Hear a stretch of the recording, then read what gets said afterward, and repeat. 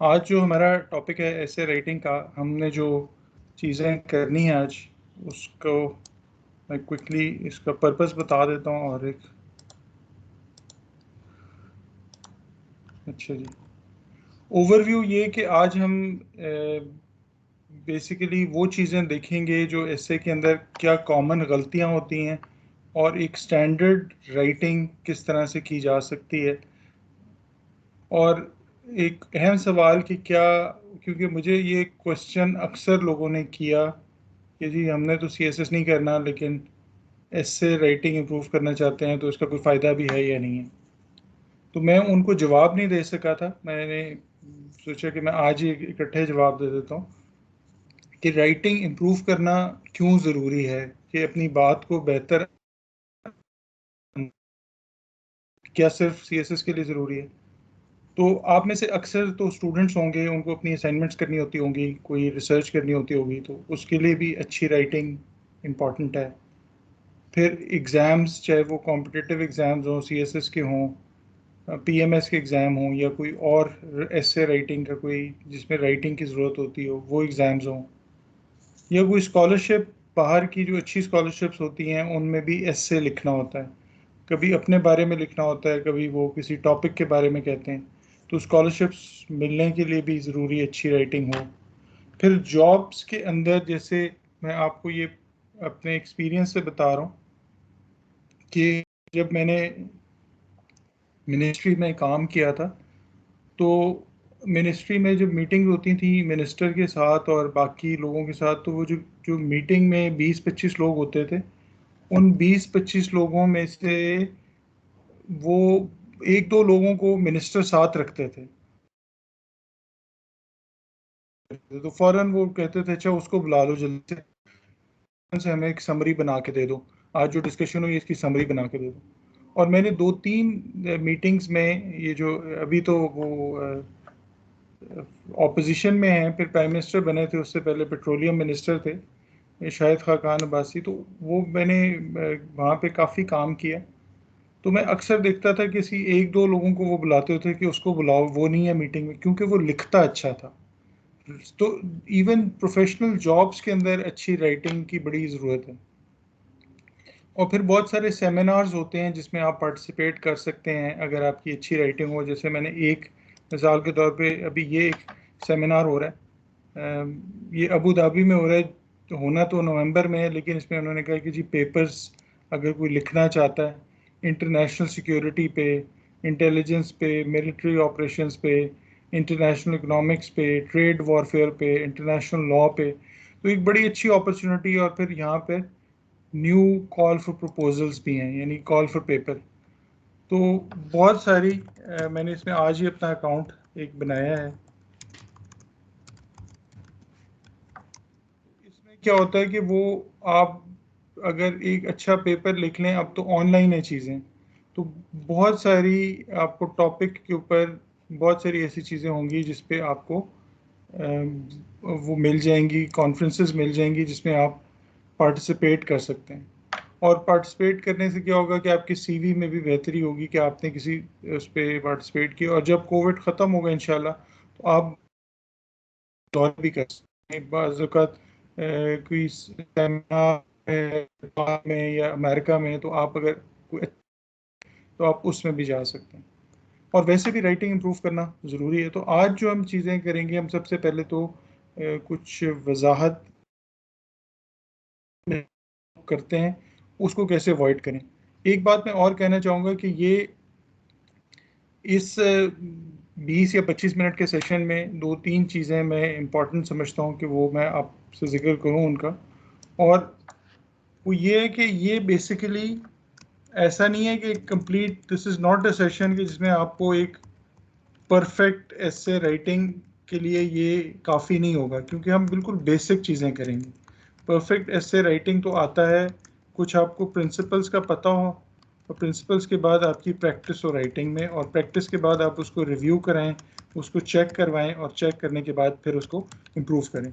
तो ये तरीका है परफेक्ट ऐसे को इम्प्रूव करने का।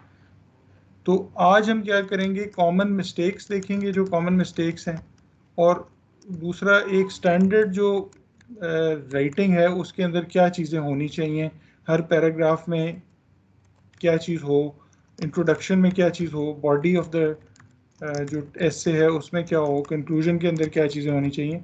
तो बेसिक्स करेंगे, क्योंकि आप में से बहुत से लोग ऐसे होंगे जिनको इन चीज़ों की ज़रूरत नहीं है, वो ऑलरेडी अच्छा लिखते होंगे, लेकिन कुछ ऐसे भी होंगे जिन्होंने अभी इतना ज़्यादा नहीं लिखा होगा। तो इसलिए मैं बिल्कुल बेसिक से शुरू कर रहा हूँ। तो मैंने जो सोचा कि जो बेहतर चीज़ हो सकती है वो ये कि अब आप लोग ऐसे लिखें, उसको चेक करके उसको फीडबैक दी जाए तो वो सबसे अच्छा होगा। तो एफपीएससी की वेबसाइट पे अगर आप जाएं, ज़रूरी नहीं है कि आपने सीएसएस करना है, और ये रिसोर्सेज सिर्फ उनके लिए नहीं है जिन्होंने सीएसएस करना है। बेसिकली एफपीएससी क्या करता है, फेडरल पब्लिक सर्विस कमीशन जो है वो अपनी वेबसाइट पे इन्होंने वो डेटा दिया हुआ है कि जो एसेज लिखे हैं लोगों ने, उसमें अगर किसी ने गलतियां की हैं तो वो कैसे, उसमें क्या क्या गलतियां की हैं। तो ये जैसी वेबसाइट खुलती है मैं आपको बता दूं। ठीक है जी, अब ये एफपीएससी की वेबसाइट खुल गई। एफपीएससी की वेबसाइट में रिजल्ट्स पे अगर हम जाते हैं, रिटन पब्लिकेशंस,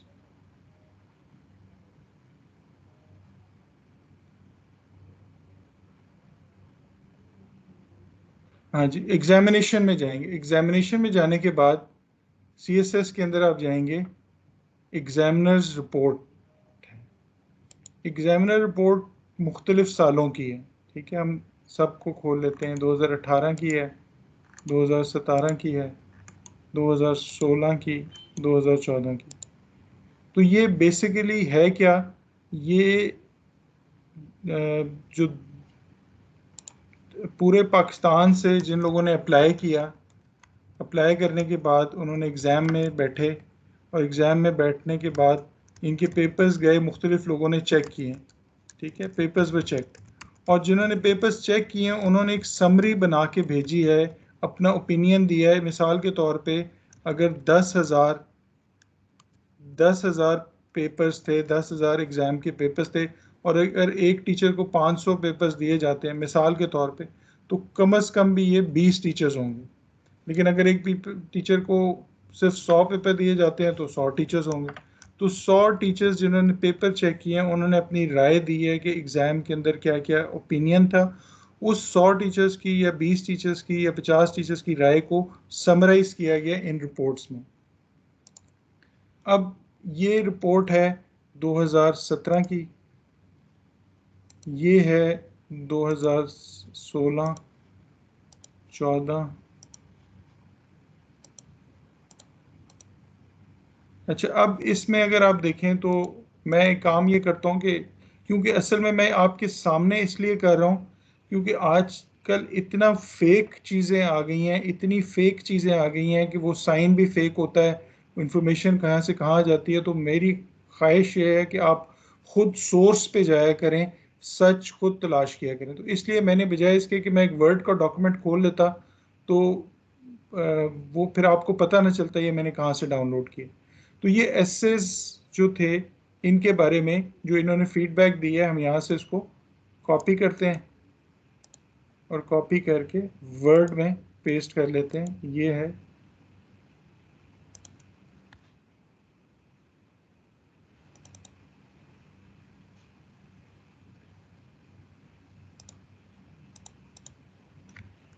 ये 2017 की रिपोर्ट हमने पेस्ट की कि अच्छा, ये रिपोर्ट में बेसिकली होता क्या है ये वो भी मैं आपको बता देता हूँ।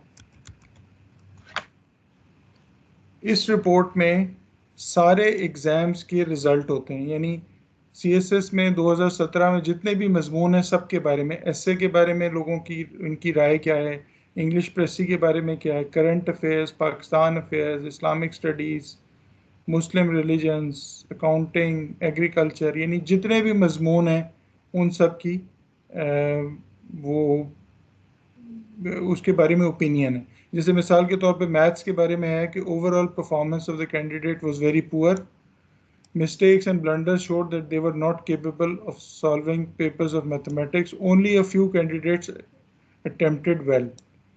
तो फिर इस तरह से अरबिक है, तो उन्होंने कहा कि जी अरबिक की बहुत अच्छी तैयारी की हुई थी, सिलेबस को अच्छा प्रिपेयर किया हुआ था। तो खैर हमने सिर्फ एस्से पे फोकस करना है, तो हमने 2017 का कॉपी कर लिया। फिर ये जो 2016 है इसका भी एस्से का सेक्शन कॉपी करते हैं यहाँ से।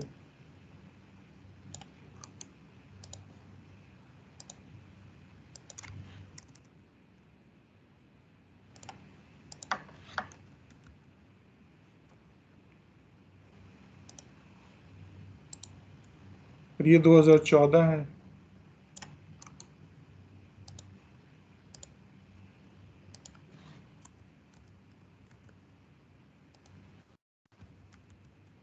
अब हम इसको ब्रीफली इसमें से कुछ पॉइंट्स उठाएंगे, जो इम्पोर्टेंट पॉइंट्स हैं उसको हाईलाइट कर लेते हैं।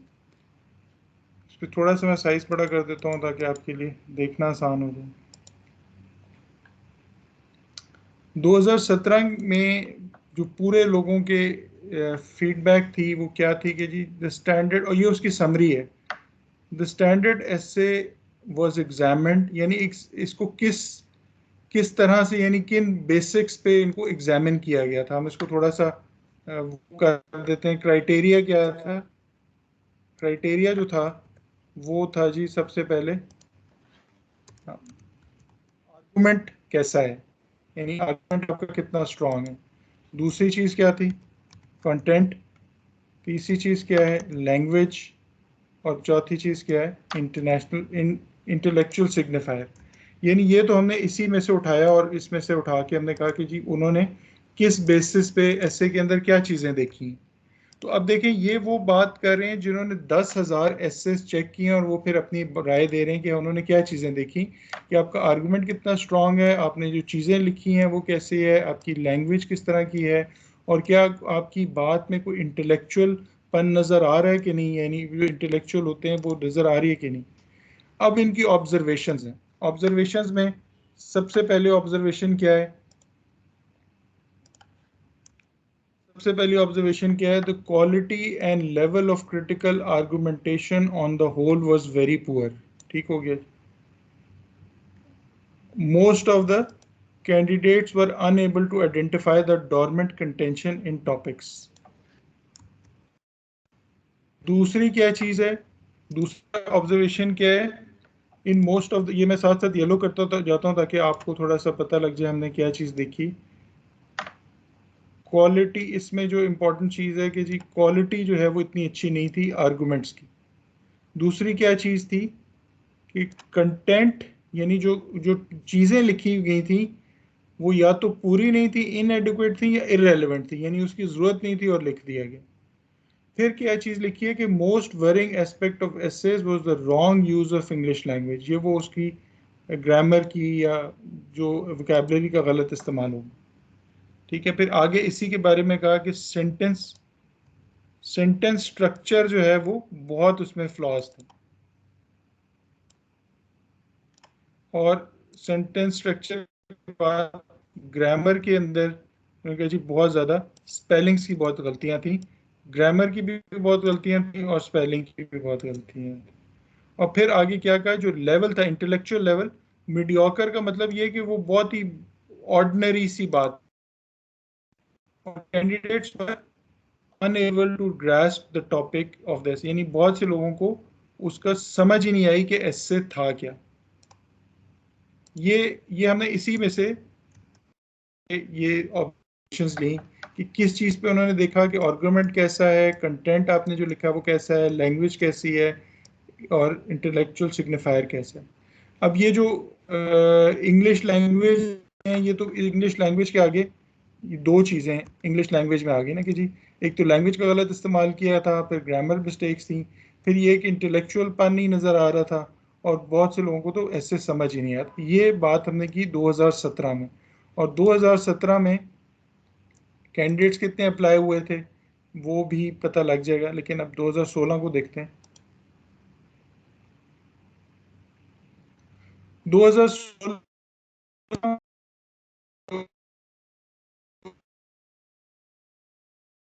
कितने लोग अपीयर हुए थे? 9,000 लोग अपीयर हुए थे, और इन 9,000 में से 7,000 लोग फेल हो गए थे। 81% लोग फेल हो गए। अच्छा, और अब यहाँ पे क्या ऑब्जर्वेशन है? सबसे पहले ये तो उन्होंने एक जनरल अपनी राय दी है ना, अब ऑब्जर्वेशन क्या है? सबसे पहली ऑब्जर्वेशन क्या है? यानी इधर उधर की बातें थी, आपस में कनेक्टेड नहीं थे, एक बात कौन सी दूसरी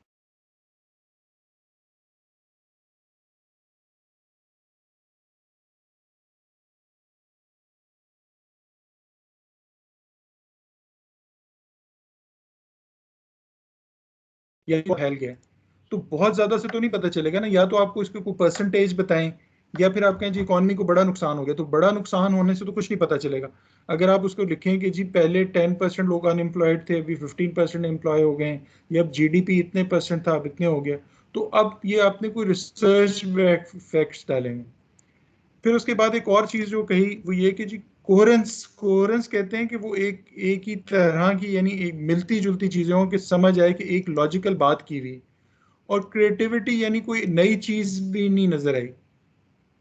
अच्छा, फिर एक और चीज क्या है? The candidates were neither able, यानी कैंडिडेट्स इस चीज के काबिल नहीं थे कि वो क्या कर सकें, आर्गुमेंट बिल्ड कर सकें फ्रॉम मल्टीपल एंगल्स। यानी अगर ये पूछा जाए कि कैसी डेमोक्रेसी कहती है, आप कहें बुरी होती, लेकिन आगे उसकी रीजनिंग बताएं कि जी डिक्टेटरशिप्स में ये मसला होता है कि एक बंदा, और दूसरी बात यह कि वो सियासी लोग नहीं होते, तो जब सियासी लोग नहीं होते तो फिर उनको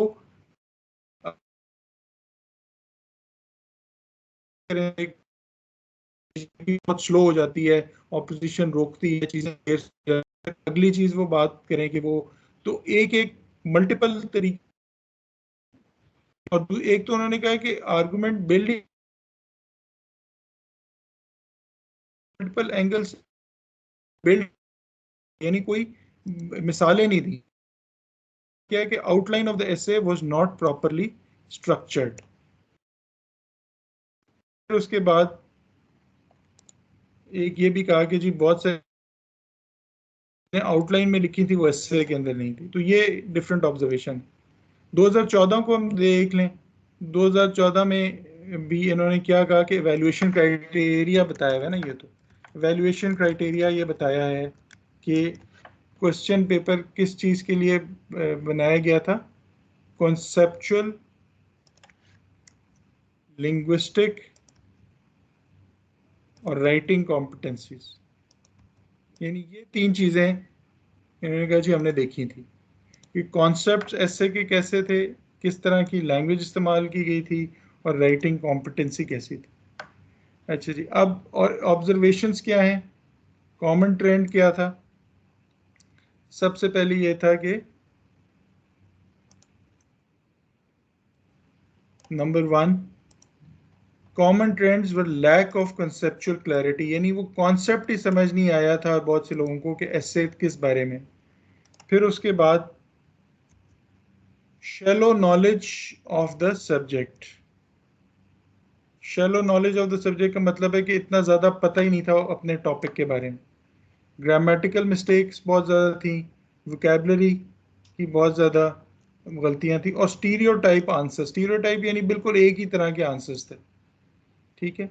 और फिर एक और चीज़ क्या है, majority of the candidates did not follow the norms of confrontational discourse and wrote isolated sentences. अब ये एक थोड़ी सी कॉम्प्लिकेटेड चीज़ है, मैं इस वक्त for the sake of simplicity इसको स्किप कर रहा हूँ, लेकिन अगले पॉइंट पे जाते हैं जिसपे वो कह रहे हैं कि आइसोलेटेड सेंटेंसेस हैं रादर देन कोहेसिव पैराग्राफ्स, क्योंकि इस पे आज हमने बात भी करनी है कि एक पैराग्राफ में एक आइडिया होता है और फिर अगले पैराग्राफ में दूसरा आइडिया होता है, तो इसमें ये है कि वो और पैराग्राफ्स आपस में एक दूसरे से मिलने भी चाहिए।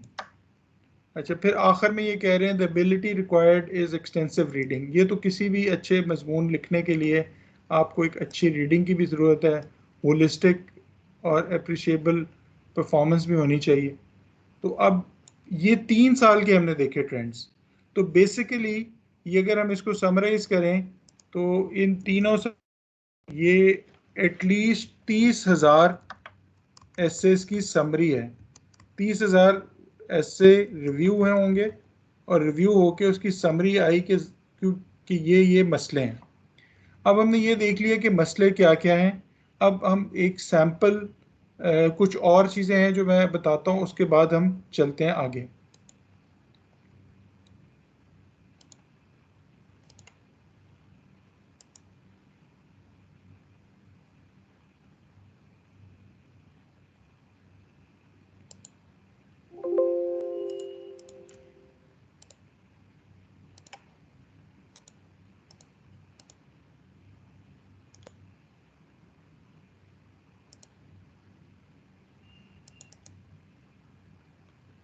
ये एक डॉक्यूमेंट है, मैं आपसे ये सारी चीज़ें आज या कल आपसे, ये आज तक के जितने सेशंस हुए हैं, वीडियोस तो आपके पास हैं, लेकिन मैं जितने डॉक्यूमेंट्स हैं, प्रेजेंटेशंस हैं, इंशाल्लाह वो मैं आपसे शेयर कर लूँगा, ईमेल भी कर दूंगा जो आप लोगों की ईमेल एड्रेसेस हैं, और इस पे भी गूगल ड्राइव का लिंक शेयर कर दूंगा।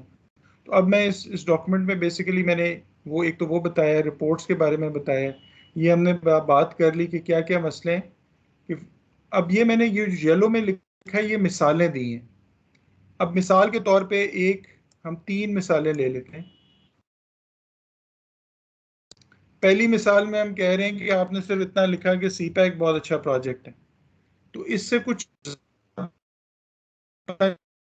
अगर आपने दूसरे सेंटेंस में लिखा कि CPEC is of 62 billion growth in Pakistan, तो अब ये एक ऐसा सेंटेंस है जिससे कुछ ज्यादा चीजें पता लग रही हैं। और फिर तीसरी चीज जो है, तीसरा जो सेंटेंस है, उसमें ये भी लिखा कि CPEC is of 62 billion and can bring growth in Pakistan and it can also increase the importance of Pakistan in the region. यानी सिर्फ इकॉनमी की बात नहीं की, अब ये कहा कि पाकिस्तान की अहमियत भी खत्ते में बढ़ जाएगी। और फिर उसके बाद यहाँ पे हमने बात की ग्रोथ, ये बात होगी इकॉनमी की, ठीक है। फिर हमने कहा कि उसकी इम्पोर्टेंस पाकिस्तान की रीजन में बढ़ जाएगी, यानी बाकी जो ममालिक हैं वो भी पाकिस्तान को इम्पोर्टेंस देंगे क्योंकि पाकिस्तान में इतनी इम्पोर्टेंट प्रोजेक्ट हो रहे हैं।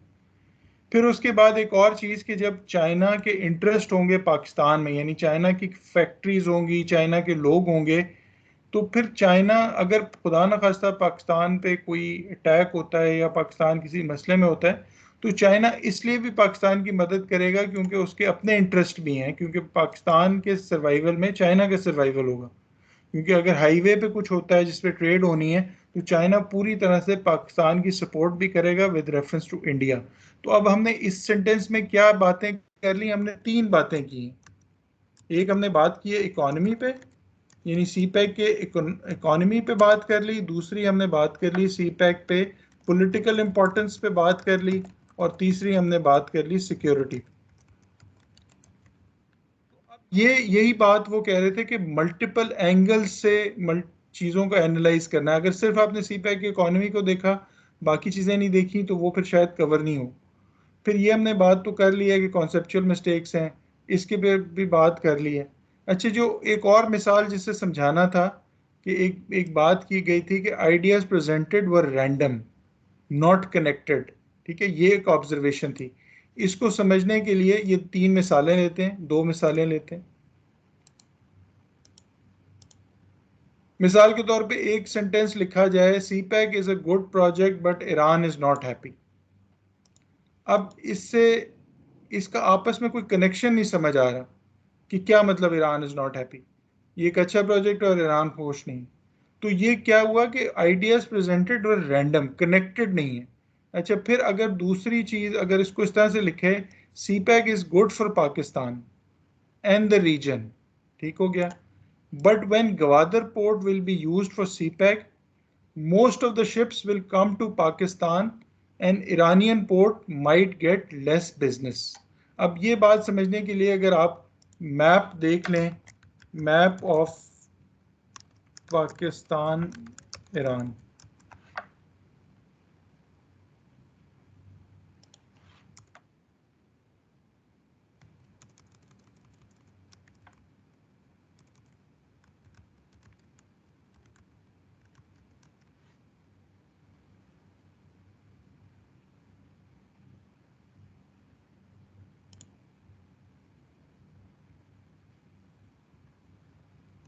अब ये इसमें ये देखें कि ये बेसिकली समंदर है, ठीक है जी।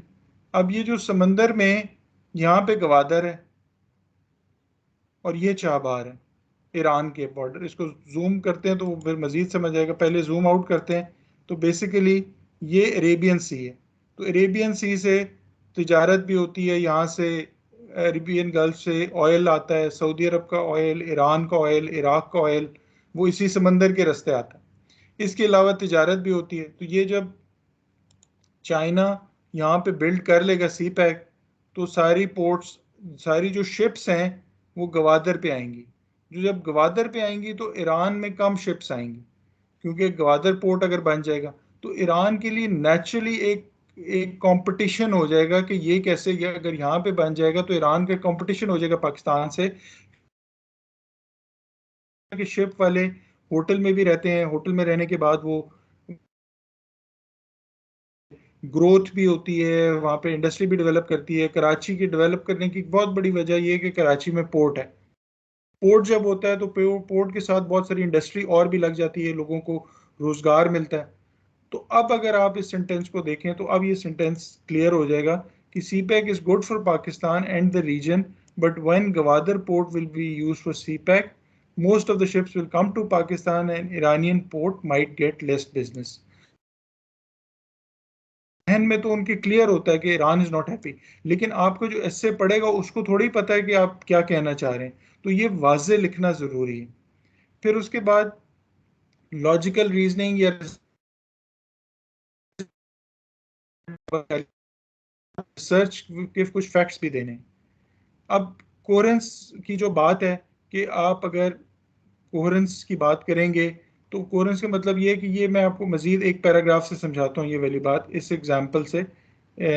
इस एग्जाम्पल में वो बात नहीं समझ आएगी। कुछ डूज एंड डोंट्स हैं। मिसाल के तौर पे अभी एक एक मिसाल ये ले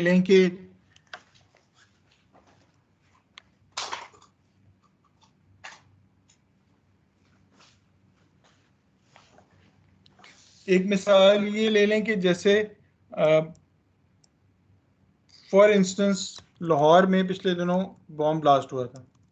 तो आप लिखते हैं कि in Lahore terrorists from India were involved in the blast.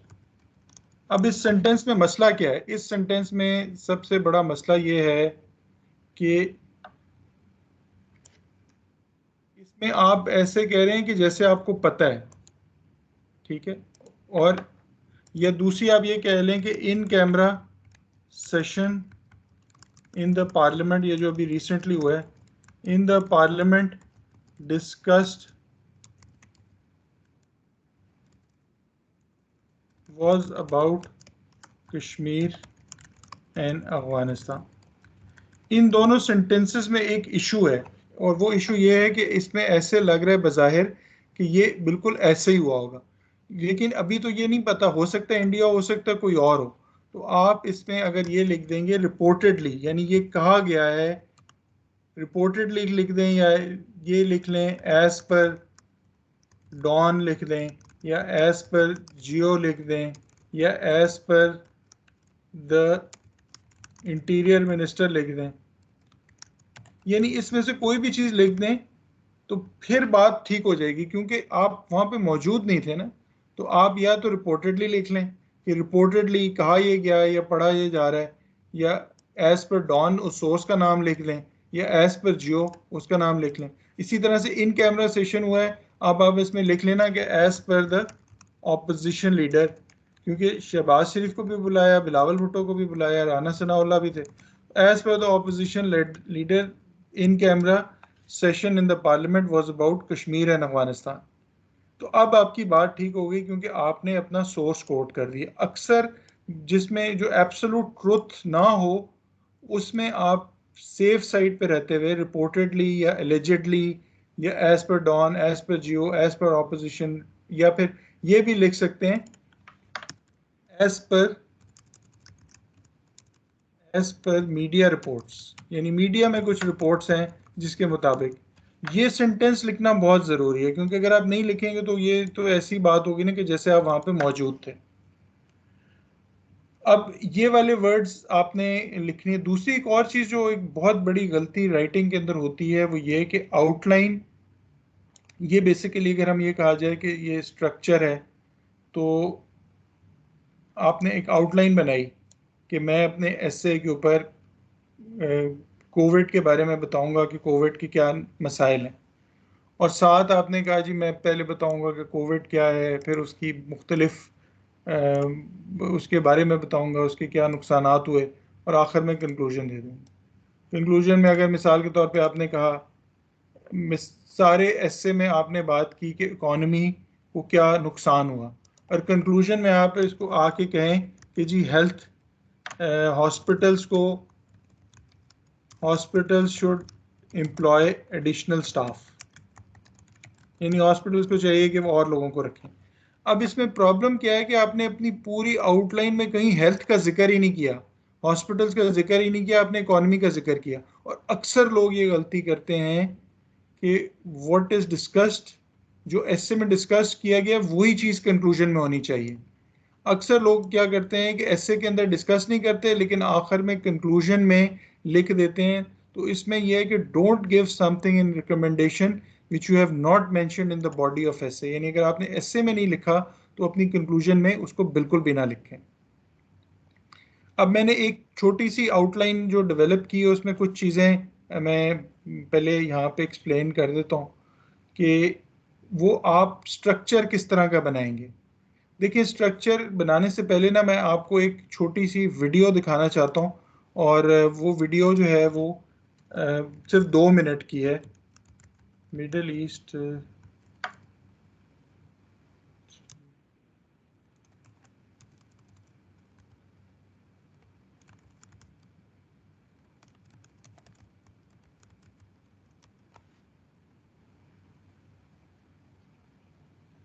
ये 2 मिनट और 56 सेकंड की वीडियो है। अब आप इसको इस लिहाज से देखें, और ये मेरे प्रोफेसर थे जो अमेरिका में होते हैं, और इनकी खाली आप देखना, आपने इसमें से I see 5 good reasons to care about. इसमें आपने इस 2.5 मिनट की वीडियो में क्या चीज़ नोट करनी है कि मिडिल ईस्ट के ऊपर इनको कहा गया था कि जी मिडिल ईस्ट क्यों इम्पॉर्टेंट है, उसकी वजूहात बताएं। तो अब आप इनकी स्टाइल को भी नोट करना कि वो सिंपल है या मुश्किल है, और दूसरा ये भी नोट करना कि क्या उन्होंने एक ही बात को 5 दफ़ा कर दिया या मुख्तलिफ बातें बताई हैं, और जो बातें बताई हैं वो किस हद तक इम्पॉर्टेंट है। और ये इंटरव्यू है कोई 2011 का, लेकिन मैं इसमें लेटेस्ट तो नहीं है, लेकिन इससे आपको थोड़ा सा अंदाज़ा होगा कि मुख्तसर बात भी अगर कॉम्प्रिहेंसिव अंदाज से की जाए तो वो कैसे की जा सकती। मुर्तज़ा मुझे बता दें, आवाज़ आ रही थी इसकी? I see जी सर, 5 आवाज आ रही है सर। ठीक, thank you. good reasons to care about what's happening in the Middle East. First of all, there are an awful lot of people there. There are about 500 million people in the greater Middle East, and it's a remarkably young population. Population is under the age of 30. So some of these countries are going to double in population by 2050. So anything that happens in the Middle East, and we've certainly seen a lot of things happening there in the past year, is going to affect millions of people. Second reason you ought to care about the Middle East is because it's a critical source of energy supplies, and the world economy still runs on fossil fuels. That may not be a good thing, but it's not going to change rapidly. And that means if there was a significant disruption in oil or gas flowing from the Middle East, you would immediately notice it as the price went up. A third reason to care about the Middle East is it has been a potent arena for international conflict. The United States has fought 2 wars in the Middle East. In fact, you could say 2.5 if you count our intervention in Libya. We have security partnerships with Israel, Jordan, Saudi Arabia, Bahrain, and some other countries, which means if any of those countries get into trouble, the United States could get dragged into it. And finally, we've seen a confrontation for the last decade or so with Iran over its nuclear program, which could easily lead to conflict, which would then affect energy supplies. So, third reason you have to worry about it is the potential for conflict and how that could affect all of us in various parts of the world. Number 4 is terrorism. Al-Qaeda has its origins in the Middle East, and although the Middle East is not the only place where terrorist groups arise, it has clearly been a reaction to both political conditions there, but also a reaction to the actions of outside powers like the United States throughout the region. And I think the last reason that people ought to care about the Middle East is the potential for political change that we are now seeing. Until this past year, the greater Middle East had largely lagged behind the rest of the world in terms of gender equality, spread of democracy, human rights. That's beginning to change. And if that experiment eventually succeeds, it will have enormous positive effects on people in the Middle East, but also people elsewhere around the world. If that experiment fails, on the other hand, I think the potential for trouble inside those countries, but also the potential for international conflict grows. You add all of those things together, and it seems to me that you ought to pay a lot of attention to what's going on in that very interesting part of the world.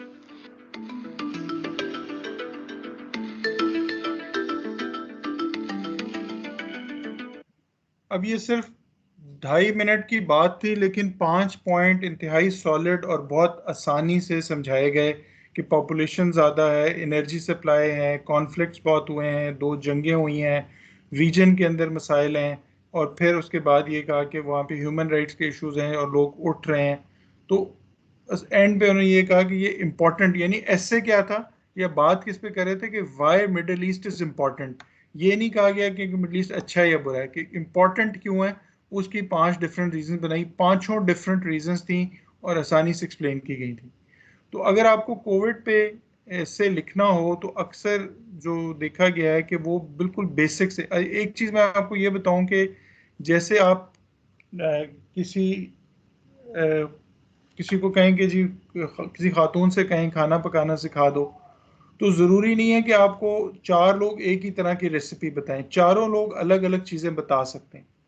तो ऐसा नहीं है कि ऐसे का ये कोई हरफ आखर है, ये सिर्फ मेरी राय है, और मेरी राय कोई हरफ आखर नहीं है सिर्फ, लेकिन जो मैंने देखा और जिन उस्तादों से पढ़ा, उन्होंने जो मेरी गलतियां निकाली और जो चीज़ें बताई और अभी तक मैं सीख रहा हूँ, तो उन गलतियों को मैंने समराइज किया और आपको इस ऐसे में कोशिश की है कि वो चीज़ें क्लियरली, यानी सेंटेंस स्ट्रक्चर के बारे में हम सेंटेंस बाय सेंटेंस चलेंगे।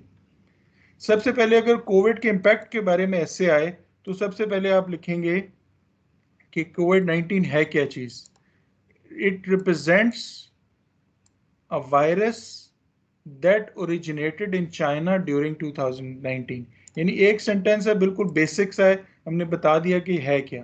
ठीक है, this virus was considered dangerous, यानी वायरस तो बहुत सारे होते हैं, बैक्टीरिया भी बहुत सारे होते हैं। This virus was considered dangerous because, अब देखिए मैंने ये नहीं कहा कि दिस वायरस इज डेंजरस, मैंने कहा कंसिडर्ड, यानी इसको समझा जाता है। ये अगर मैं ये कह दूंगा दिस वायरस इज डेंजरस, तो इसका मतलब है कि हतमी रहा है। This virus was considered dangerous because of higher incidence of casualties, यानी कैजुअलिटीज ज्यादा होती हैं इसलिए उसको डेंजरस समझा जाएगा। ड्यू टू ग्लोबलाइजेशन, और अगर दुनिया में ऐसा ना होता कि एक मुल्क से दूसरे मुल्क अभी जो लोग जा रहे हैं, एक तो ग्लोबलाइजेशन और फिर क्या है, इंटरकनेक्टेड वर्ल्ड, यानी दुनिया में एक दूसरे बहुत ज़्यादा सफ़र है, कोई हज पे जा रहा है, कोई उम्रे पे जा रहा है, कोई विजिट के लिए जा रहा है, कोई टूरिज्म के लिए जा रहा है।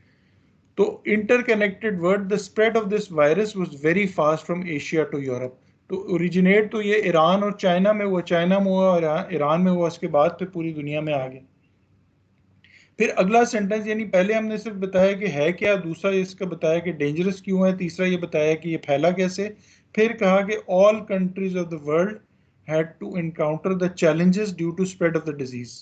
अब हमने ये बता दिया कि सारी दुनिया का मसला है। देखिए चाइना से हम गए रीजन पे, रीजन से फिर पूरी दुनिया पे, फिर हमने कहा कि it is said that 2020 change the world in a big way. अब ये भी एक फैक्ट है कि 2020 ने पूरी दुनिया को चेंज करके रख दिया। और फिर हमने क्या यहाँ पे कैटेगरीज बना दी, whether it was business, courts अदालतें, सिक्योरिटी सिचुएशन। आज से पहले अगर आप 2 साल पहले किसी जगह पे जाएं और मास्क पहन के जाएं तो आपको एंटर नहीं होने देते थे कि जी अपना चेहरा तो दिखाएं, कोई टेररिस्ट ना हो, और अब मास्क ना पहना हो तो एंटर नहीं होने देते। तो इसका मतलब है सिक्योरिटी रिस्क है कितना बड़ा, कोई भी आ सकता है, कोई चोर हो, कुछ हो, उसके ऊपर मास्क होगा, तो अब तो वो एक रिस्क तो बन गया। एजुकेशन, अब अगर कोविड ना होता तो ऑनलाइन क्लासेस ना होती, ऑनलाइन क्लासेस ना होती तो शायद ये जो हमारा सेशन है ये भी ना हो रहा होता। ट्रैवल को अफेक्ट किया, यानी हमने 5-6 मुख्तलिफ चीज़ों को बता दिया। फिर इसके बाद यहाँ तो हमने सेक्टर्स बताए, फिर और क्या बताया कि किस किस तरह से हमारी मजहबी ज़िंदगी, पॉलिटिकल ज़िंदगी और पर्सनल लाइफ भी चेंज हो गई। अफेक्ट हुई हैं, यानी हमने ये नहीं कहा बुरी हो गई अच्छी हो गई, हमने लिखा अफेक्ट। अगर इफेक्ट का मतलब ये कि कोई असरअंदाज तो हुई हैं, सियासी सरगर्मियां भी, पर्सनल लाइफ भी, और रिलीजियस वो भी, कि हज, ये दूसरा साल है कि हज नहीं होगा प्रॉपरली, उम्रे नहीं हो रहे। अच्छा, Pakistan also suffered from this pandemic and it had long-term implications to the country which would be discussed in the detail. तो बेसिकली ये जो आपका पहला पैराग्राफ है, इसको पढ़ के एग्जामिनर को या किसी को पता लग जाएगा कि आपने क्या क्या बातें करनी है। तो आपने एक बड़ी पिक्चर से स्टार्ट किया, ग्लोबल से स्टार्ट किया, और फिर आप पाकिस्तान पे आए। और फिर उसके बाद जब इंट्रोडक्शन देंगे तो इंट्रोडक्शन के लिए सबसे पहले ये कह दें कि कोविड-19 से बनता क्या है। एक बता दें जी, कोरोना वायरस डिजीज, CO से बनता है कोरोना, VI से बनता है वायरस, D से बनता है डिजीज। ठीक है, और ये क्योंकि 2019 में आया इसलिए इसको कोविड-19 कहते हैं। वैसे तो कुछ सियासी लोगों ने और भी इसका जवाब दिया है, लेकिन वो अब टीवी पे आके कुछ ऐसे जवाब दिए गए, वो आपने सुने ही होंगे कोविड की definition.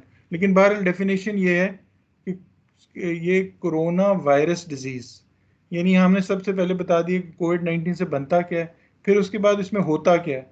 The virus can lead to illness, बीमारी होती है, and there are multiple symptoms, और मल्टीपल सिम्टम्स कौन कौन से हैं? कोल्ड है, फ्लू है, टेम्परेचर है, रिस्पिरेटरी प्रॉब्लम्स है।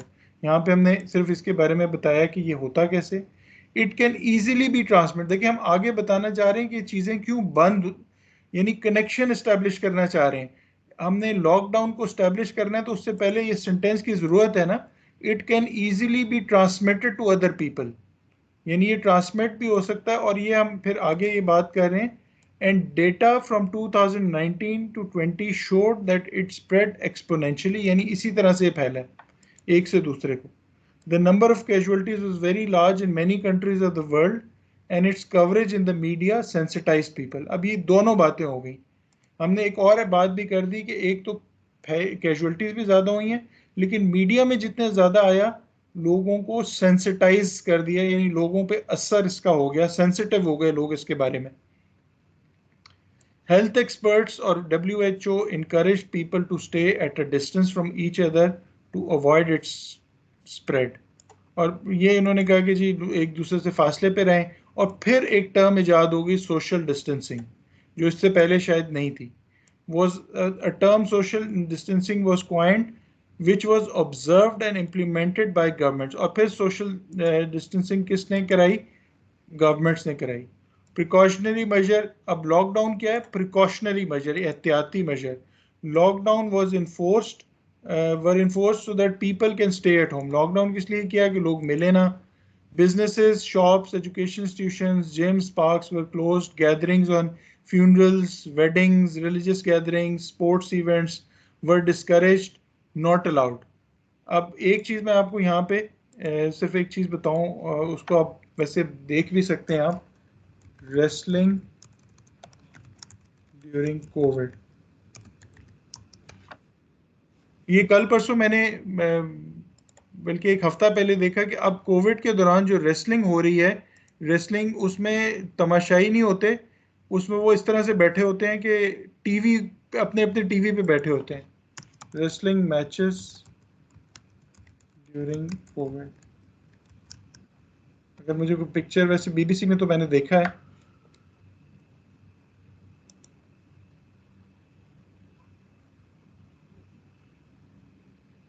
इसमें शायद वो नजर आएगा कि लोग अपनी अपनी स्क्रीन पे बैठे हुए घरों से देख रहे हैं, यानी रिंग में सिर्फ लोग हैं और बाकी लोग अपनी टीवी स्क्रीन देख रहे हैं और वो शोर की आवाज़ क्रिएट कर रहे हैं।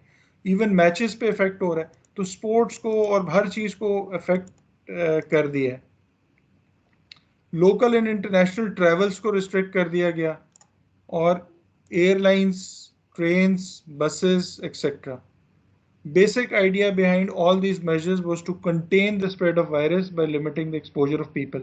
अब देखें, ये जो एक एक मुकम्मल लिखा हुआ पैराग्राफ है, मैं आइडियल तो नहीं है, इम्प्रूव तो इंसान बहुत कर सकता है, लेकिन इसमें कम से कम कंप्लीट चीज़ पता लग गई, उसकी डेफिनेशन भी पता लग गई, वो कैसे आता है, उससे डेंजरस क्यों हो गया, ट्रांसमिट हो सकता है इसलिए लॉकडाउन हुआ है, किस किस चीज़ को अफेक्ट किया, और ब्रीफ हिस्ट्री भी, फिर ब्रीफ हिस्ट्री वाला जो है इसको देखते हैं कि फर्स्ट केसेस निमोनिया के रिपोर्ट हुए वुहान में, जो ईरान चाइना का एक प्रोविंस है, हुबई प्रोविंस। फिर उसके बाद दिसंबर में चाइना से बाकी दुनिया में आया, और WHO ने क्या किया कि जनवरी में 2020 में एक इमरजेंसी डिक्लेयर कर दी, और फिर बाकी ममालिक ने इम्पोज कर दिया लॉकडाउन बाय मार्च 2020 में। और जो होली साइट्स थी तमाम रिलीजन्स की, जैसे मक्का भी बंद हो गया, मदीना को बंद कर दिया गया, ईरान में कुम को बंद कर दिया गया, वेटिकन को बंद कर दिया गया जो क्रिश्चियंस के लिए वहाँ पे गैदरिंग्स होती हैं। तो ये तमाम गैदरिंग्स को रिप्रेजेंट कर दिए, बंद कर दिया गया। फिर उसके बाद नंबर ऑफ कैजुअलिटीज़ बढ़ी मार्च से, और सबसे ज़्यादा हुई अमेरिका में, इटली में, ब्राज़ील में और इंडिया में। ठीक है। और इससे पहले भी बहुत सारे पेंडेमिक्स आए हैं, जैसे स्पेनिश फ्लू आया, अमेरिकन पोलियो, सार्स। लेकिन इसमें जो मीडिया में इतनी ज़्यादा चीज़ें आ रही हैं उसकी वजह से इसका इम्पैक्ट बहुत ज़्यादा फील हो रहा है। अब दूसरे में हमने थोड़ी सी हिस्ट्री दे दी, अब आगे आपने इसको खुद डेवलप करना है। लेकिन कि जैसे मिसाल के तौर पे, अब अगर पाकिस्तान के बारे में अगर आप डायरेक्ट पाकिस्तान से शुरू कर देते ऐसे, तो बात इतनी कोई कॉम्प्रिहेंसिव ना होती। अगर ब्रॉड से शुरू करें और फिर पाकिस्तान पे आएँ, और पाकिस्तान पे आप ये आगे मैंने से पॉइंट्स बनाए कि इकॉनमी को क्या अफेक्ट होगा, तो ये आपका एक इकॉनमी पे पूरा पैरा होना चाहिए। उस पैरा में क्या क्या आप लिखें कि सर्विसेज सेक्टर, यानी जो सर्विसेज हैं, एजुकेशन, उसको क्या फ़र्क पड़ा, बैंकिंग को क्या फ़र्क पड़ा, हॉस्पिटल्स को क्या फ़र्क पड़ा, होटल्स को क्या फ़र्क पड़ा, टूरिज़्म को क्या फ़र्क पड़ा, उम्रा और हज की जितनी पाकिस्तान में कंपनियां थी उनको क्या फ़र्क पड़ा, सबके बिजनेस बंद। फिर उसके बाद प्रोडक्ट्स की मैन्युफैक्चरिंग में क्या हुआ, अगर लॉकडाउन होगा तो लोग नहीं पहुंच सकेंगे। एक और चीज़ ये हो रही कि ई कॉमर्स बढ़ गई, ऑनलाइन चीज़ें बढ़ गई, फूड पांडा बढ़ गया, दो लोगों ने ऑनलाइन बिल जमा शुरू करा दिए, इजी पैसा होना शुरू हो गया ज़्यादा। तो फ़ायदा किसका हुआ, जो फूड पांडा वगैरह या ऑनलाइन या मास्क वाले कुछ या सैनिटाइज़र वाले, या फिर वो कंपनीज जिनको 6,000 रुपए का एक टेस्ट होता है, तो बहुत सारी लेबॉर्ट्रीज ने बहुत सारे पैसे कमाए भी। और लूज किस किस ने किया, ट्रैवल वालों ने किया, वेडिंग हॉल्स ने किया, इलेक्ट्रिसिटी कंपनीज ने किया। तो अब देखिए इस पैरा में हमने सिर्फ इकोनॉमी की बात की, लेकिन इकोनॉमी में भी स्टेप बाय स्टेप। तो हो सकता है आप फिर एजुकेशन की अगर बात करें, तो एजुकेशन में हायर एजुकेशन को क्या फ़र्क पड़ा, यूनिवर्सिटी और कॉलेज में वहाँ पे तो एग्ज़ाम्स हो रहे हैं। प्राइमरी एजुकेशन में बगैर पढ़े पास कर दिए गए, उसमें क्या चैलेंजेस हुए। फिर स्टूडेंट्स के लिए क्या चैलेंजेस हुए, जिसके पास लैपटॉप नहीं है वो कैसे पढ़ेगा, जिस टीचर्स को अगर यूज़ नहीं करना आता MS टीम वो किस तरह से करेंगे। इवन आज आप में से कुछ लोगों का मुझे मैसेज आ रहा था कि जी MS टीम पे लॉगिन नहीं हो रहा, तो बाज़ का 3-3 4-4 दफ़ा लॉगिन करना पड़ता है। फिर कुछ पेरेंट्स के मसाइल कि अब उनको ज़्यादा पैसे देने पड़ेंगे बच्चों को, उनको नेट पैकेजेस के लिए। फिर बाकी जो बिजनेसेस हैं उनको इफेक्ट हो रहा है। स्कूल की जो कैंटीन होती थी, स्कूल की कैंटीन में जो आया होती थी, जो बंदे होते थे जो बाहर अपनी चीज़ें बेचते थे, उन सब का बिजनेस डाउन। फिर स्कूल ले जाने के लिए जो सुजुकी वाले होते थे, गाड़ियों वाले होते थे, उनका बिजनेस भी डाउन। फिर उसके बाद सिक्योरिटी सिचुएशन को क्या हुआ, यानी एजुकेशन है तो हमने एजुकेशन को भी सीक्वेंस से देखा। फिर सिक्योरिटी है तो सिक्योरिटी में इंटरनल सिक्योरिटी को देखा कि मुल्क के अंदर जो सिक्योरिटी है, मास्क के पहनने से जो सस्पेक्ट्स हैं, चोरों के पकड़े जाने के चांसेस कम हो गए, क्योंकि अब उनका चेहरा कवर्ड होगा। वैसे तो ये कि नादरा का एक जो सिस्टम है, किसी की तस्वीर से वो ढूंढ लेते थे, लेकिन वो अब हर किसी ने मास्क पहना होगा तो कैसे ढूंढेंगे। एक्सटर्नल चैलेंजेस ये होगा कि अगर सारी तवज्जो मुल्क के ऊपर है, यहाँ पे लॉकडाउन, अगर आर्मी को कहा जा रहा है कि जी आप लॉकडाउन करवाएं, तो बॉर्डर पे खुदा ना खास्ता अगर कोई मसला हो तो कैसे होगा। और ये हमने देखा, पाकिस्तान के केस में तो नहीं देखा, लेकिन इंडिया और चाइना के केस में देखा कि इंडिया और चाइना की बहुत बड़ी कॉन्फ्रंटेशन हुई लास्ट। फिर उसके बाद पॉलिटिक्स में क्या हुआ, पॉलिटिक्स में पॉइंट स्कोरिंग, ऑपोजिशन का काम ही नुक्ताचीनी होता है, दुनिया में हर जगह ऐसे ही होता है। अब अमेरिका में भी यही होता है, वाशिंगटन में आप चले जाएं, न्यूयॉर्क में चले जाएं, तो इसी तरह से होता है। जैसे वाशिंगटन में जब डोनाल्ड ट्रंप की हुकूमत थी, न्यूयॉर्क में डेमोक्रेट्स की हुकूमत में, तो आपस में दोनों के एक दूसरे के खिलाफ बयान आते थे। वही बयान आपको इस्लामाबाद और सिंध के बारे में नजर आते हैं। वो बयान आपको पंजाब और इस्लामाबाद के दरमियान नहीं नजर आएगा, बलूचिस्तान में नहीं नजर आएगा, केपीके में नहीं नजर आएगा, क्योंकि एक ही पार्टी है जिसकी गवर्नमेंट इस्लामाबाद में भी है और पंजाब में भी है। सिर्फ सिंध में वो पार्टी फर्क है। तो जब पार्टी फर्क है तो फिर सिंध के अंदर सारे फॉल्ट्स नजर आते हैं, सिंध वालों को इस्लामाबाद में नजर आते हैं और इस्लामाबाद वालों को सिंध में नजर आते हैं। तो ये इसकी मिसालें अगर आप दे दें कि पॉलिटिक्स में क्या हुआ, फिर नरेंद्र मोदी है तो वो सोनिया गांधी पे इल्जाम लगा रहा है, सोनिया गांधी उस पर इल्जाम लगा रही है। प्रोटेस्ट मूवमेंट्स को क्या हुआ, बहुत सारी रैलीज अब नहीं हो सकती कोविड की वजह से, पाकिस्तान में भी दुनिया के अंदर भी। इलेक्शन की रैलीज नहीं हो सकती। फिर ये है कि जो ऑपोजिशन है उनको एक पॉइंट मिल जाएगा कि जी अपने वो इलेक्शन में बात करेंगे जी कि हुकूमत ने कोविड पे इतना ज़्यादा काम नहीं किया। और अमेरिकन इलेक्शन में तो बाकायदा ये इस वजह से ट्रंप के हारने की एक वजह ये है कि जो बाइडेन ने अपनी कंपेन में कहा कि अमेरिकन गवर्नमेंट ने कोविड को सही तरह से हैंडल नहीं किया। तो ये आप जहाँ पे पॉलिटिक्स की इंपॉर्टेंस बता रहे हैं, यानी जो पॉलिटिक्स को अफेक्ट हुआ है कोविड से, वो लिख दें। फिर हेल्थ सेक्टर में ये है कि अस्पतालों का क्या सूरत हाल रही, हेल्थ केयर जो लोग हैं उनको क्या फ़र्क पड़ा, टेस्ट जो हो रहे थे उनकी बहुत पैसे लगे, बहुत पैसे कमाए कुछ प्राइवेट सेक्टर ने। फिर उसके बाद हर कोई अफोर्ड नहीं कर सकता था। फिर रिलायबिलिटी का भी एक इशू हुआ, पैसे दे के नेगेटिव रिपोर्ट या पॉजिटिव रिपोर्ट लेने वाली चीज़ें भी सामने आई। जैसे इंडिया में अब बहुत सारी इंडिया की एयरलाइंस को बैन कर दिया है क्योंकि कुछ लोग फेक रिपोर्ट्स लेके जा रहे थे कि वैक्सीनेशन करा लिए। फिर बाकी डिजीजेस को क्या इम्पैक्ट हुआ, पोलियो की कंपेन रुक गई, बहुत सारे अस्पतालों में ऑपरेशन रुक गए, गायनी के केसेस रुक गए, जस्ट बिकॉज के अस्पतालों में रश ज़्यादा हो गई थी, लोग कोविड पे काम कर रहे थे। तो ये हमने लिखा कि हेल्थ पे किस तरह से इम्पैक्ट हुआ, जुडिशरी पे किस तरह से इम्पैक्ट हुआ कि वो केसेस बहुत स्लो हो गए, मीटिंग्स पे कैसे इम्पैक्ट हुआ। अब इस लिस्ट को आप मज़ीद बढ़ा भी सकते हैं। और आखिर में आप अपनी अब कंक्लूजन दें, कंक्लूजन में इसी सारी बातों को जो आपने पूरे अपने एस्से में लिखी हैं, इन्हीं बातों को आप मेंशन कर दें। तो इस तरह से जब आप लिखेंगे एस्से को तो चांसेस हैं कि वो थोड़ा सा कोहेरेंट बन जाएगा। एक चीज़ जो इम्पोर्टेंट है वो ये कि each paragraph should be connected to the previous paragraph। यानी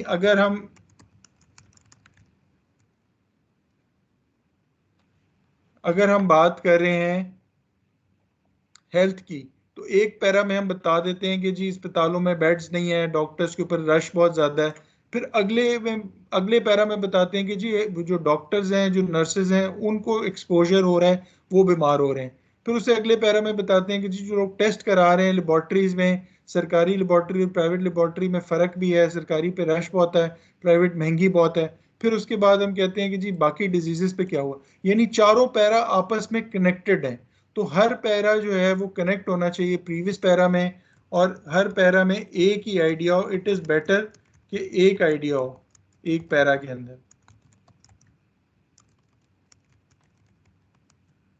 तो इस तरह से ये होगा कि वो एटलीस्ट कोहेरेंट भी हो जाएंगी। और फिर थोड़ा सा आपको इसका बेस्ट तरीका तो ये है कि आप अपना एस्से लिखें, एस्से लिखने के बाद उसको चेक करवाएं किसी से, और चेक कराने के बाद उसको इम्प्रूव कराएं। क्योंकि अगर आप एस्से लिखते जा रहे हैं और चेक नहीं करवा रहे, और हो सकता है कि उसके अंदर बहुत सारी गलतियां हों, तो वो गलतियां तो ठीक ही नहीं होंगी कभी।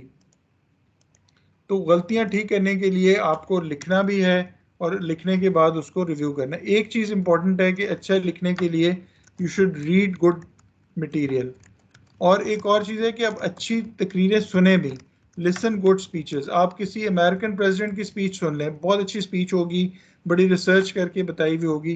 कंटेंट की बात नहीं कर रहा, लेकिन स्पीच उनकी बहुत अच्छी होती है। इस तरह से और बहुत सारी स्पीचेस हैं, उनको सुने। अच्छा सुनेंगे, अच्छा पढ़ेंगे, तो फिर अच्छा लिख सकेंगे। और फिर लिखने के बाद ज़रूर किसी से रिव्यू कराएं, और रिव्यू जब आपको वो करके दें, फिर उस फीडबैक को आप इम्प्रूव कर लें। मैं ये भी कर सकता हूँ कि जो रिसर्च की टीम है, आप लोग अगर लिख लें ऐसे, तो वो टीम आपको थोड़ी बहुत चीज़ें रिव्यू कर दे, लेकिन बहुत ज़्यादा शायद वो रिव्यू ना करे, वो आपको खुद ढूंढना पड़ेगा कुछ ऐसे लोग जो आपको हेल्प करें। अभी आपके क्वेश्चन आंसर्स के लिए इसको ओपन कर लेते हैं।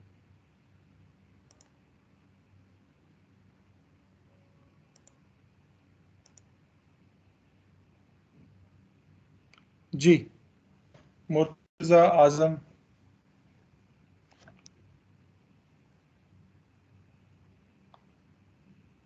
जी जी, माइक्स ओपन है अब आपके।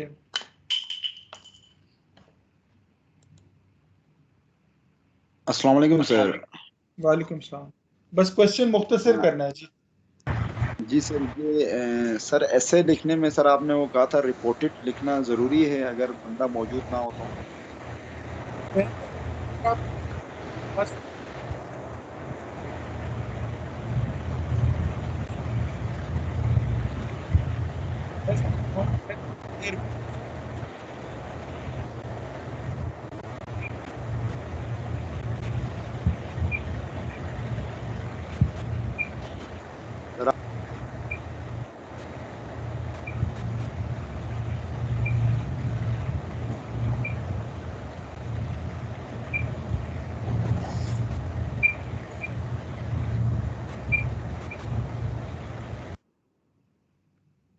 जी, आपका मतलब मैं ऐसे कर लेता हूँ, जो हाथ रेस कर रहे हैं उनका मैं माइक ओपन कर। तो बेसिकली रिपोर्टेड लिखने से फ़ायदा ये हो जाएगा कि आप आप सेफ साइड पे होंगे। यानी कोई ये नहीं कह सकेगा कि जैसे मिसाल के तौर पे अब इन कैमरा सेशन में आप कहें कि as per the opposition, source बता देने से बेहतर है। जी आज़म साहब। जी आज़म, आप में से जो भी क्वेश्चन करना चाहता है हाथ वो कर लें, मैं उसको माइक ऑन ओपन कर देता हूँ, क्योंकि किसी का माइक ओपन है उससे फिर वो बहुत डिस्टॉर्शन हो रही थी, मैंने फिर ऑफ कर दिया माइक।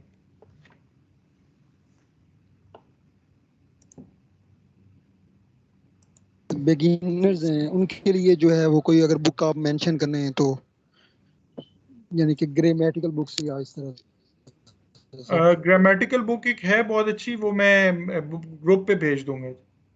जो मैं समझता हूँ कि बहुत अच्छी किताब है। मेरे एक दोस्त हैं जो कि इंग्लिश पढ़ाते हैं, बाहर से पढ़े हुए, लेकिन वो उनका एक बाकायदा सेंटर है, वो कमर्शियली पढ़ाते हैं, यानी वो फ्री में नहीं होता उनका, वो बाकायदा वो उनके सेंटर में दाखिला लेना होता है।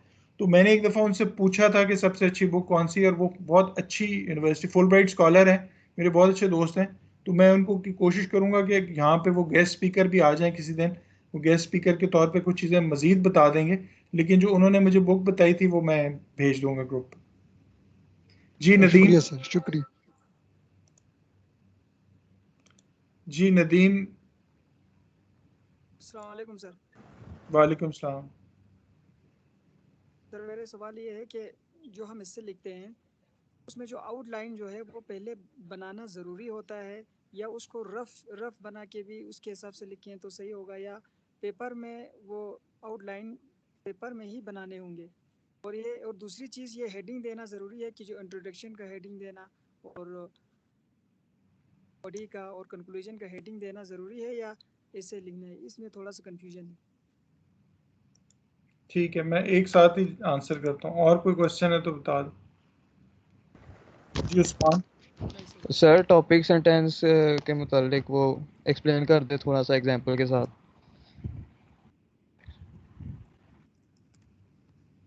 ठीक है।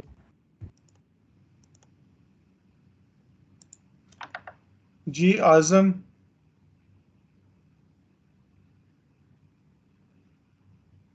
आज़म आपका ओपन है माइक।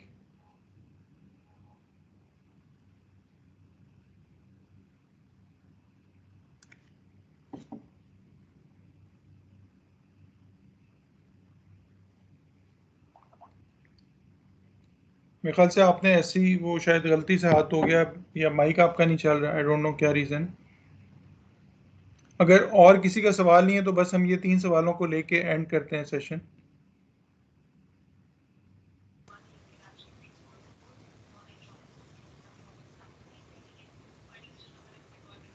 जी ताहिर। अस्सलाम वालेकुम सर। वालेकुम सलाम। सर ऐसे लिखने से पहले हम ब्रेनस्टॉर्मिंग किस तरह करें, और ऐसे के अंदर अगर कोई हम स्ट्रक्चर वगैरह बनाना चाहें या कोई मैप वगैरह बनाना चाहें तो फिर वो भी बना सकते हैं?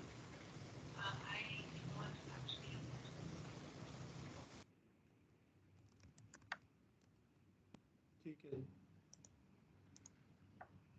ठीक है जी, इन चारों सवालों को क्योंकि और कोई सवाल नहीं है तो मैं फिर इन चारों को आंसर करने की कोशिश करता हूँ अपनी इस्तिताअत के मुताबिक। ये 4 क्वेश्चन हुए कि जी आउटलाइन बनाना ज़रूरी है, बल्कि इसी का साथ दूसरा भी था कि हेडिंग बनानी ज़रूरी है कि नहीं। तो इसमें यह कि आउटलाइन देखिए, वो अगर तो आप किसी एग्ज़ाम के लिए ऐसे लिख रहे हैं तो एग्ज़ाम में तो शायद रिक्वायर्ड होती है कि आउटलाइन आप बना लें।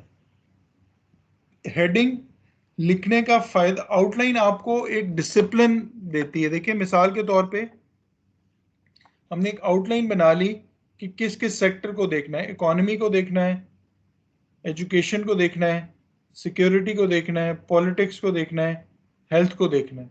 ठीक है, एक और बड़ा फैक्टर है, हमने अदालतों को देख लिया। एक मिसाल के तौर पे हम ये कहते हैं कि फैमिली लाइफ को, बहुत सारे घरों में डोमेस्टिक वायलेंस भी हुआ, बहुत सारे घरों में लड़ाई झगड़ा भी हुआ, तो वो भी एक फैक्टर तो हुआ ना, डोमेस्टिक वायलेंस। और बहुत सारे जगहों पे ये हुआ कि बहुत लोग कनेक्ट भी, यानी अच्छा इम्पैक्ट भी हुआ कि लोगों को पहले फैमिली टाइम का इतना मौका नहीं मिलता था, अब वो साथ अपनी फैमिली के टाइम गुजारते हैं। कितने लोगों ने पिकनिक्स की for the very first time, तो एक फैमिली का रिकनेक्शन हुआ और फिर उनको एक फ्री टाइम मिला। तो अब हम इसको एक नई हेडिंग बना देते हैं कि पर्सनल जो है ना वो फैमिली, यानी पर्सनल जो लाइफ है उसको क्या है, personal life of the people.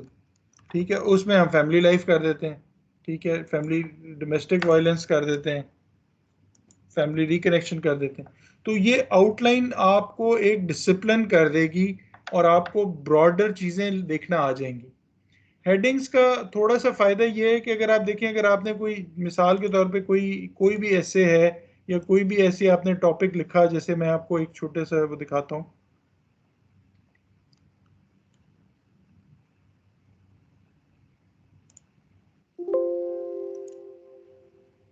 मैंने एक प्रेजेंटेशन बनाई आउटलाइन वगैरह की, important points for lectures and media. कह रहे वो मैं देखता हूँ कहाँ पर है। अच्छा, वो मुझे अभी मिल नहीं रहा कि वो कहाँ पर है।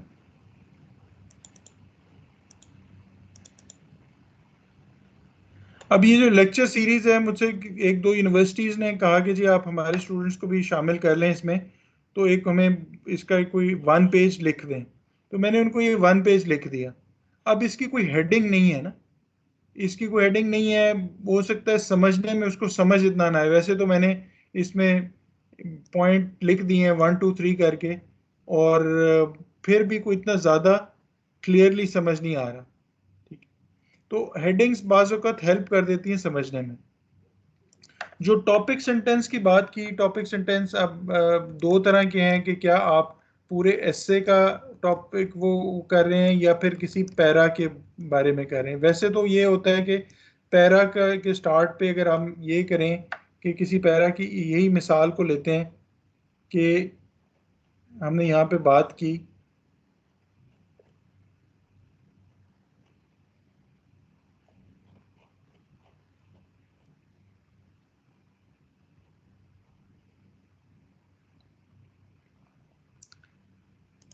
CPEC will help in infrastructure development।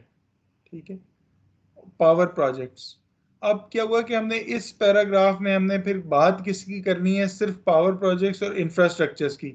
यहाँ पे हम ये बात नहीं करेंगे कि CPEC से पाकिस्तान की जो लेबर है उसको क्या फ़र्क पड़ना है, लेबर वाला अलग पैरा होगा। तो बेसिकली टॉपिक सेंटेंस ये है कि आप जो जो शुरू में एक पैरा सेंटेंस लिख रहे हैं, उसी के अराउंड फिर आप उस पैरा में बाकी चीज़ें के इंफ्रास्ट्रक्चर लिखा है। जैसे एक और टॉपिक सेंटेंस की मिसाल ये है कि ये भी टॉपिक सेंटेंस हो सकता है।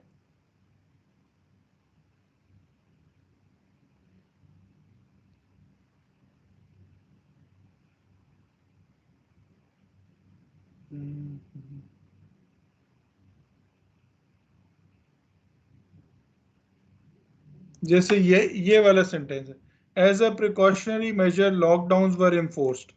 ठीक है, अब ये इसका कलर मैं डिफरेंट करता हूँ ताकि as a precautionary measure lockdown was enforced so that the people can stay at home. अब ये एक सेंटेंस हो गया, फिर आगे सारी उसी की चीज़ें, मतलब इस सेंटेंस के बाकी चीज़ें हैं।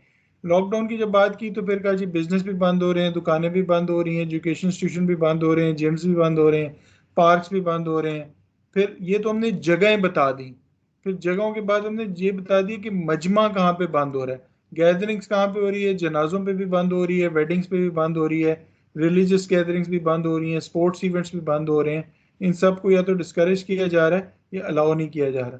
तो बेसिकली इसी सेंटेंस को आगे चल के एक्सप्लेन किया गया है। जो तीसरी बात है, जो तीसरा क्वेश्चन था कि क्या आप ब्रेन स्टॉर्मिंग, देखिए मुझे ज़ाती तौर पे ना मैं समझता हूँ कि कुछ वोकेबलरी हमारी ख़राब हो गई है। ख़राब इस तरह से कि ये मैंने इस पर बड़ा गौर किया कि हम पुराने ज़माने में किसी से पूछें कि जी सोचना है तो कैसे सोचें, वो कहेगा कि जी बिल्कुल आप चिल करें, सुकून से बैठ जाएं, पीस से बैठ जाएं, किसी सुकून वाली जगह पे बैठें तो रिलैक्स होके आप सोचें। लेकिन इसके लिए हमने वर्ड क्या बात बनाई कि तूफान, ब्रेन में स्ट्रॉम, यानी अब ये खैर वो मैं इससे इनकार नहीं कर रहा कि लफ्ज तो ये यूज होता है, लेकिन अब जरा गौर तो करें कि ये लफ्ज ही क्या है कि ब्रेन को प्रेशर देना या वो करना। हालांकि क्रिएटिविटी के लिए तो जितना पुरसुकून होंगे उतना ही आप अच्छा सोच सकेंगे, आपकी क्वालिटी ऑफ थॉट्स बेहतर होगी अगर आप पीसफुल हैं।